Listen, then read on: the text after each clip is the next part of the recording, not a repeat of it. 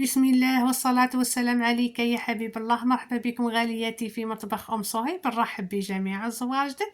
نقول لكم مليون ألف مرحبا اليوم مع فيديو جديد مع وصفة جديدة. اليوم جبت لكم سكوتش وسنيوة غير بزوز حبات تاع بيض فقط، تجي طالعة وتجي خفيفة وتجي حجم عائلي غير بلا شوار فقط، يعني خلطوا كل شيء مع بعض وطيبي وتجيكم من أروع ما يكون. وصفة تستحق التجربة، تجي خفيفة وتجي مقطنة. هذا المسكوتشو مهما واش طول تقعد يومين ثلاثة وتبقى على حالها.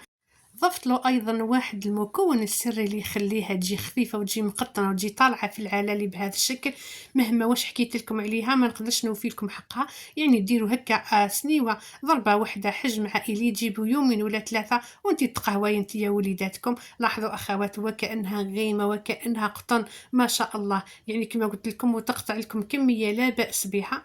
لاحظوا اذا شفتوا الفيديو هذا يستاهل الجمال ما تبخلوش عليا جمل الفيديو، بارطاج مع احبابكم واصدقائكم. ونبداو على بركه الله بالمقادير وطريقه التحضير.